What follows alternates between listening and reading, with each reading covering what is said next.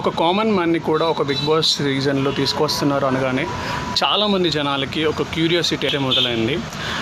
Once ఒక big boss అగ్ని పరీక్ష స్టార్ట్ అయ్యాక చాలా అప్స్ అండ్ డౌన్స్ చూసాం మనం. చాలా ఎపిసోడ్స్ చూశాక మనకేమైంది అర్థమైంది అంటే స్టార్టింగ్లో చాలా లూప్స్ ఉన్నాయి. దాంట్లో ఏంటి అంటే ఏదో అన్ఫేర్ జరిగినట్టు ఒక సిచ్యువేషన్లో అనిపించింది. జడ్జెస్ అంతా ఒకవైపే ఉన్నారేమో, కార్నర్ చేశారేమో అని అనిపించింది. లేదా ఒకరిని గెలిపించాలి అని చెప్పేసి అలా చేశారేమో అని కూడా చాలామందికి చాలా రకాలుగా అనిపించింది కూడా. సో ఓవరాల్ ఇప్పుడు బిగ్ బాస్ అగ్ని పరీక్ష అయిపోయాక చాలామందికి ఎవరెవరు వస్తారు, హౌస్లో ఎవరెవరిని చూస్తాము అని చెప్పేసి చాలామందికి ఒక క్యూరియాసిటీ అయితే ఇప్పటికీ మొదలైందనమాట. సో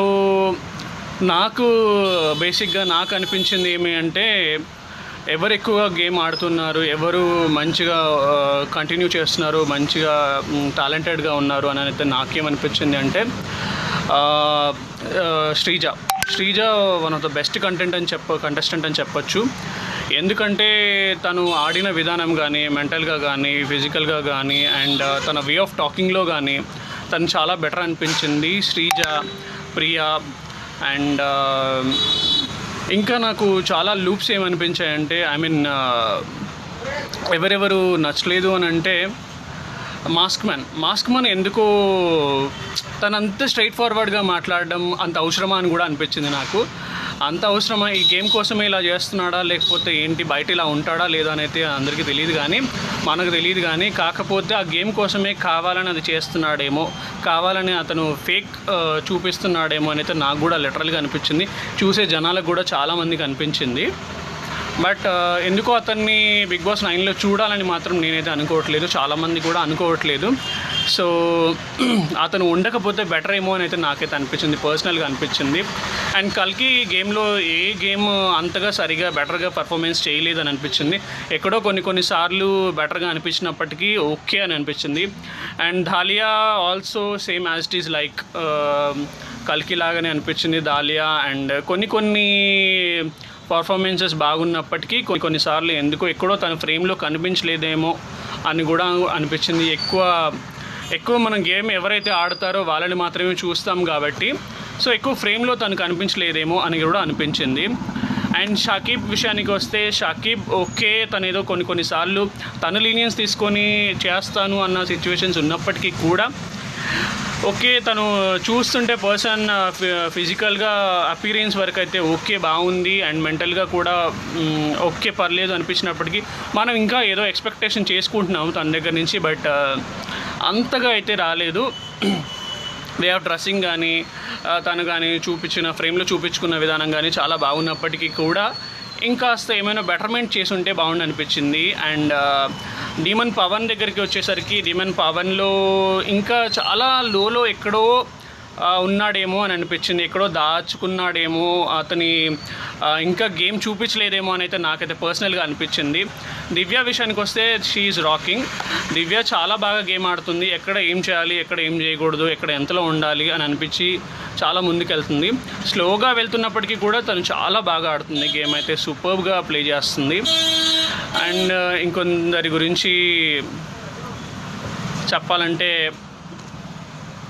ఓన్లీ బెటర్మెంట్ ఉంది, ఇంకా ఏదైనా బెటర్మెంట్ చేస్తుంటే బాగుండేమో అని కూడా నాకైతే అనిపించింది పర్సనల్గా. పవన్ కళ్యాణ్ ఎందుకో ఎక్కడో ఇంకా బెటర్ చేసుంటే బాగుండేదేమో అనిపించింది. ఇంకా చాలామంది ఇంకా ఉన్నారు, ఇంకా నెక్స్ట్ వీడియోలో ఇంకా వాళ్ళ గురించి కూడా చెప్తాను.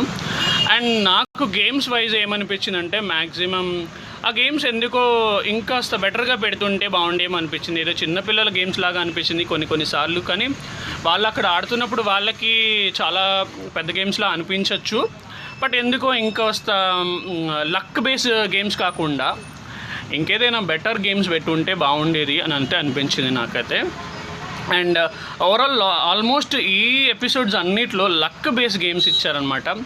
అసలు లక్ బేస్ గేమ్స్ ఏంటి ఇది, అసలు ఎవరైనా ఒక షోకి ఒక కంటెస్టెంట్ని సెలెక్ట్ చేయాలి అంటే వాళ్ళ మెంటల్, ఫిజికల్ అండ్ బిహేవియర్ అన్నీ చూసి ఒక కంటెస్టెంట్ని సెలెక్ట్ చేయాలి. కానీ ఓన్లీ లక్ బేస్ మీదే సెలెక్ట్ చేస్తాను అంటే ఇది ఎందుకో నాకు కరెక్ట్గా అయితే అని అనిపించలేదు. అండ్ గేమ్ ఎందుకో సరిగ్గా కండక్ట్ చేయలేదేమో అనిపించింది. కొన్ని గేమ్స్ చాలా చూడడానికి బాగున్నాయి. ఎక్కడైతే మనం బిగ్ బాస్ సీజన్ 9లో ఎలా చూస్తామో ఏవైతే గేమ్స్ ఉంటాయో అవే ఇక్కడ పెట్టారు. అవి చూడడానికి చాలా బాగా అనిపించింది.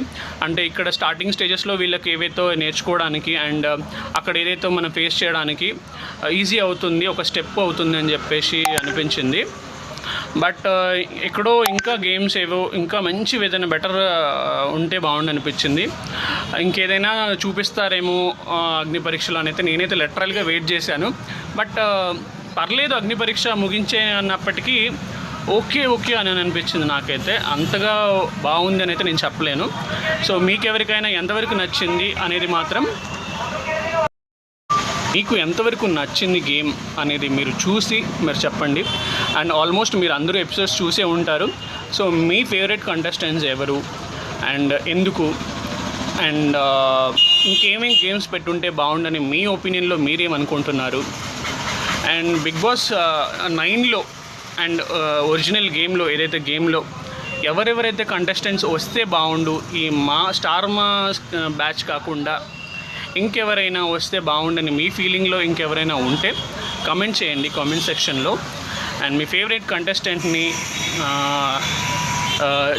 కమెంట్ చేయండి. అలాగే మీరు ఎవరైతే మీరు ఫేవరెట్ కాదు, వీళ్ళు డిజర్వ్ కాదు కంటెస్టెంట్స్ అని అనిపించిందో వాళ్ళని కూడా కామెంట్ చేసి పెట్టండి. ఈ అగ్ని పరీక్ష కంప్లీట్ అయినప్పటికీ అవుట్ ఆఫ్ 10 నేను ఒక 7 వరకు అయితే ఇవ్వగలను. ఎందుకంటే నేను ఇంకా చాలా ఎక్స్పెక్ట్ చేసుకున్నాను అండ్ మీరు కూడా ఎక్స్పెక్ట్ చేసే ఉంటారని నేను అనుకుంటున్నాను.